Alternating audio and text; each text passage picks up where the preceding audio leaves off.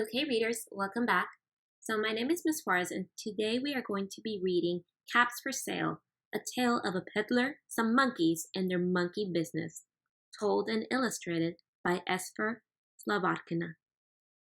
Now, Caps for Sale is one of my favorite books, not only because in kindergarten is it such a fun book to act out, but also because it's a star book, an emergent read-aloud book that can help us grow as readers. So today we're just going to do a simple read aloud and watch this video as many times as you want as you read your star books throughout the year.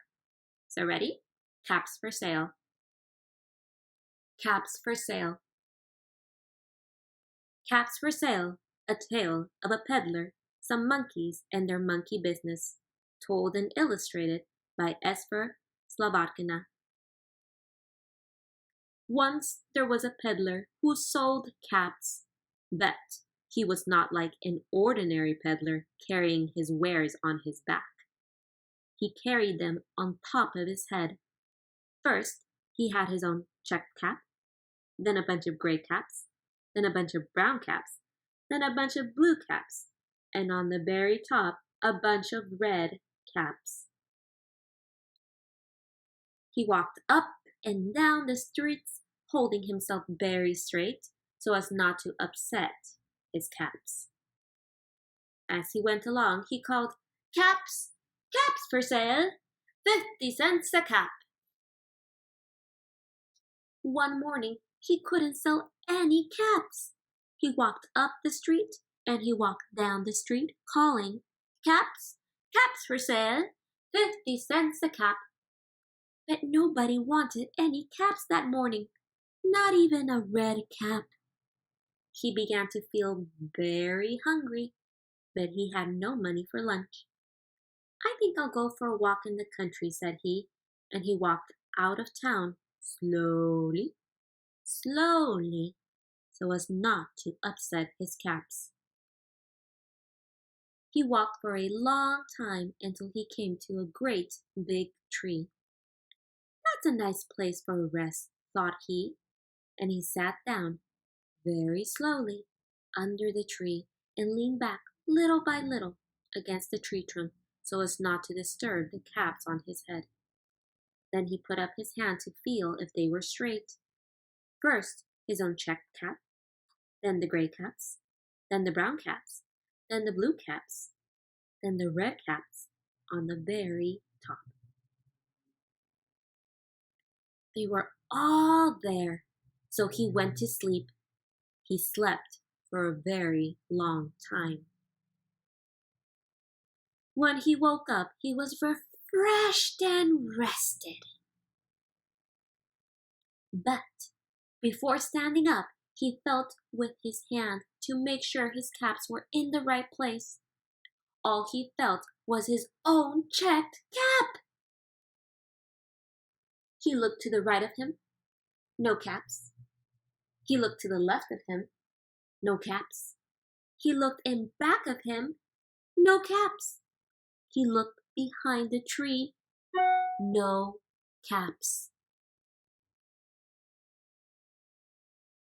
Then he looked up into the tree, and what do you think he saw? On every branch sat a monkey. On every monkey was a gray or a brown or a blue or a red cap. The peddler looked at the monkeys. The monkeys looked at the peddler. He didn't know what to do. Finally, he spoke to them. "You monkeys, you," he said, shaking a finger at them. "You give me back my caps." But the monkeys only shook their fingers back at him and said, "Tss, tss, tss." This made the peddler angry, so he shook both hands at them and said, "You monkeys, you give me back my caps." But the monkeys only shook both their hands back at him and said, "Tss, tss, tss." Now he felt quite angry. He stamped his foot and he said, "You monkeys, you You better give me back my caps! But the monkeys only stamped their feet back at him and said, "Tss, tss, tss." By this time, the peddler was really very, very angry. He stamped both his feet and shouted, "You monkeys, you! You must give me back my caps!" But the monkeys stamped both their feet back at him and said, "Tss, tss, tss." At last he became so angry that he pulled off his own cap, threw it on the ground, and began to walk away. But then each monkey pulled off his cap, and all the gray caps, and all the brown caps, and all the blue caps, and all the red caps came flying down out of the tree. So the peddler picked up his caps and put them back on his head. First, his own checked cap, then the gray caps, then the brown caps, then the blue caps, then the red caps on the very top. And slowly, slowly, he walked back to town calling, "Caps, caps for sale, 50 cents a cap." The end.